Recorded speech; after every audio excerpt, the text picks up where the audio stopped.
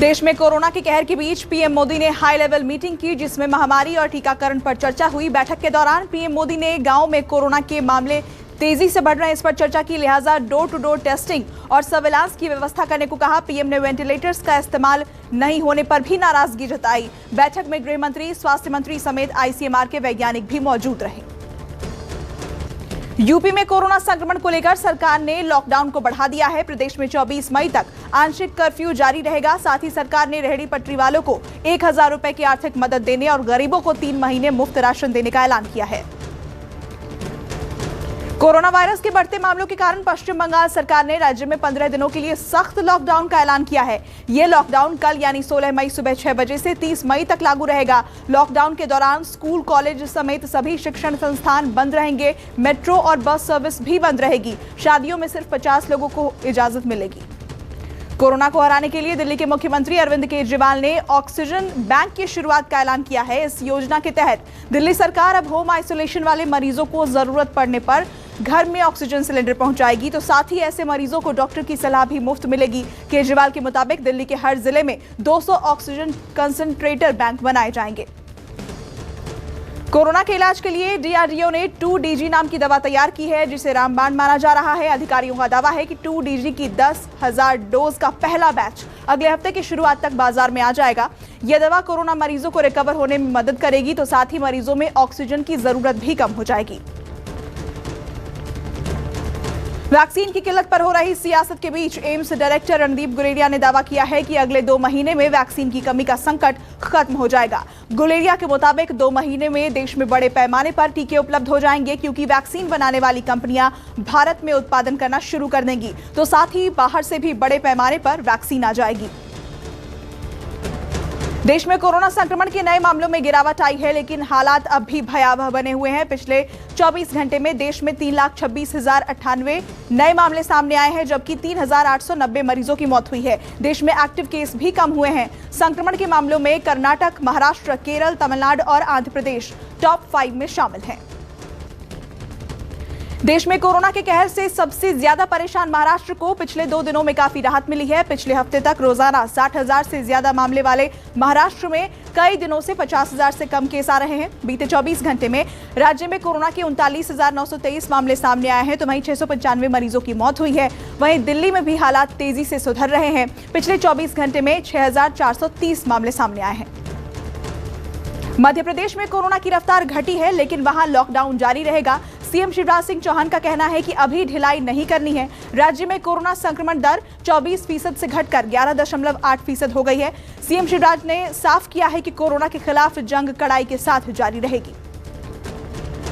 हरियाणा में black fungus अधिसूचित रोग घोषित कर दिया गया है। ब्लैक फंगस का मामला सामने आने के बाद हरियाणा सरकार ने यह फैसला किया है। राज्य के स्वास्थ्य मंत्री अनिल विज ने कहा कि राज्य के किसी सरकारी या निजी अस्पताल में ब्लैक फंगस के मरीज का पता चलने पर इसकी जानकारी सीएमओ को देनी होगी, ताकि बीमारी की रोकथाम के लिए कदम उठाए जा सके। गुजरात में तेजी से फैलते ब्लैक फंगस से दहशत फैल गई है। स्वास्थ्य विभाग में भी हड़कंप मच गया है। सूरत में बीते 15 दिनों में 40 मामले सामने आए हैं, जिनमें 8 मरीजों ने अपनी आंखें खो दी है। अहमदाबाद के सिविल अस्पताल में अब तक ब्लैक फंगस के 400 से ज्यादा मरीज सामने आए हैं, जबकि हर रोज इसके 50 नए मरीज सामने आ रहे हैं। राजकोट में भी ब्लैक फंगस के मरीज की पुष्टि हुई है।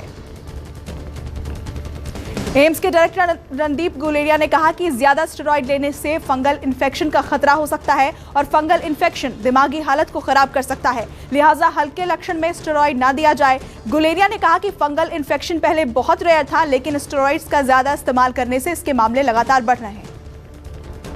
कांग्रेस सांसद राहुल गांधी ने गंगा में तैरती लाशों को लेकर बिना नाम लिए पीएम मोदी पर तीखा तंज कसा है। राहुल गांधी ने अपने ट्वीट में लिखा, जो कहता था गंगा ने बुलाया है, उसने मां गंगा को रुलाया है। राहुल गांधी ने ट्वीट के साथ एक खबर भी शेयर की, जिसमें दावा किया गया है कि गंगा किनारे 1140 किलोमीटर के दायरे में 2000 से ज्यादा शव मिले हैं। इसमें यह भी कहा गया है कि कानपुर के शेरेश्वर घाट पर आधा किलोमीटर के दायरे में ही 400 लाशें दफन हैं।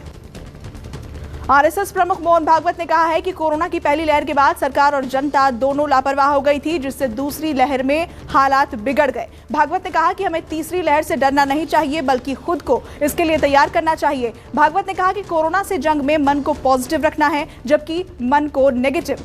भागवत ने हम जीतेंगे पॉजिटिविटी अनलिमिटेड व्याख्यान कार्यक्रम को संबोधित करते हुए देश को यह संदेश दिया है। चक्रवात के डर से मुंबई में टीकाकरण को ब्रेक लगा दिया गया है। वहीं ठाणे में कोरोना और चक्रवात के बीच भी वैक्सीनेशन जारी है। दूसरे डोज के लिए सुबह 3 बजे से कतार में लोग खड़े हैं। जानकारी के मुताबिक पार्किंग प्लाजा टीकाकरण केंद्र पर सिर्फ 300 कूपन ही बांटे गए हैं। महाराष्ट्र के कोंकण के कई हिस्सों से गुजरात गुजरते हुए चक्रवात गुजरात पहुंचेगा। इसका खतरा देश के 5 राज्यों में बना हुआ है, जिसमें केरल, गुजरात शामिल है। मुंबई के जुहू बीच पर 10 से ज्यादा लाइफ गार्ड तैनात किए गए हैं। मौसम विभाग के मुताबिक 16 से 19 मई के बीच तेज हवाओं के साथ बारिश होने की संभावना जताई गई है। वहीं समुद्री तटों को चपेट में लेने की बात भी सामने आई है। मुंबई में आने वाले चक्रवात के लिए एनडीआरएफ की टीम पूरी तरह से तैयार है। शहर में 3 टीम तैनात की गई है। एक टीम गोवा तो वहीं 14 टीम पुणे में हेडक्वार्टर में तैनात की गई है। जानकारी के मुताबिक मुंबई में यह चक्रवात आज रात या सुबह तक आ जाएगी।